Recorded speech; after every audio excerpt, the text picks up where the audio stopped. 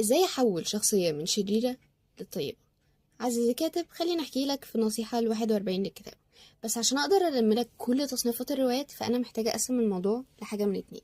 يا اما ان احنا بنتكلم على كائنات مفكرة، يعني انا بتكلم على بشر اقزام عمالقة، من الاخر كده ناس بتفكر وبتاخد وتدي معاك. يا اما ان احنا بنتكلم على كائنات غير مفكرة، يعني حاجة بتكون مثلا شريرة بطبعها، غريزتها هي اللي بتحركها، حاجة اقرب للوحوش مثلا. طيب، لو انا بتكلم دلوقتي عن اكيد الجزء الاصعب وهو الكائنات المفكرة، يعني بتكلم عن بشر مثلا، فالموضوع او زتونة الموضوع لازم يعدي فيها 3 حاجات. اولا، كشف الحقيقة، يعني في دلوقتي حاجة غلط هو مصدقها، هيكتشف بعدها الحقيقة، دي حاجة. او ان هو مثلا في فكرة معينة هتتغير في دماغه، ان هو كان طول عمره بيؤمن بكذا، بعد كده هيكتشف ان لا، مش ده الصح، ده كذا هو ده الصح. او رؤية جديدة. يعني ايه رؤية جديدة؟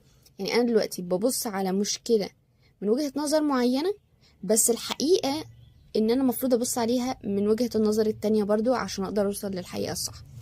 طيب، الحاجة التانية هي النقطة الفاصلة. يعني ايه النقطة الفاصلة؟ يعني لحظة كده هيبدأ يواجه فيها نفسه، أو يواجه الكذبة اللي هو كان بيصدق فيها. الحاجة التالتة هو قرر التغيير، يعني هو قرر بقى ان كل اللي هو كان بيعمله قبل كده هيتغير لحاجة تانية مختلفة تماما بعد كده.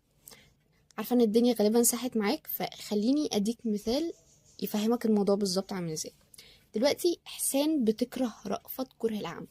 ليه؟ لان هما صغيرين كانوا بيحبوا بعض، بس هي سافرت لفترة ما ورجعت لقيت ان هو اصلا خانها واتجوز واحدة تانية.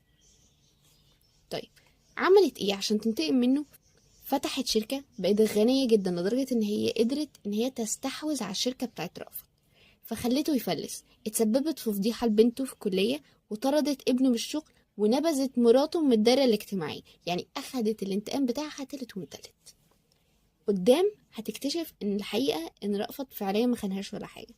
ابوها الله يرحمه بقى وقتها كان بيكره رأفت. ليه؟ لان رأفت ما كانش غني، يعني ما كانش واصل للمستوى الاجتماعي بتاعه، وكان شايف ان هو جوازها منه ملوش لازمة.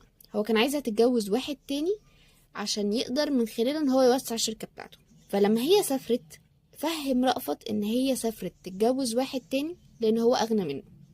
المهم بما كده ما يعني رأفت فعلا صدق اللي حصل ده، فبالتالي قعد فترة زعلان ومتضايق ومش عارفة ايه، وبعد كده قرر ان هو يكمل حياته ويتجوز من واحدة تانية. النقطة الفاصلة بقى هتكون ايه؟ ان احسان قررت ان هي هتحرق مصنع ما. بعد كده اكتشفت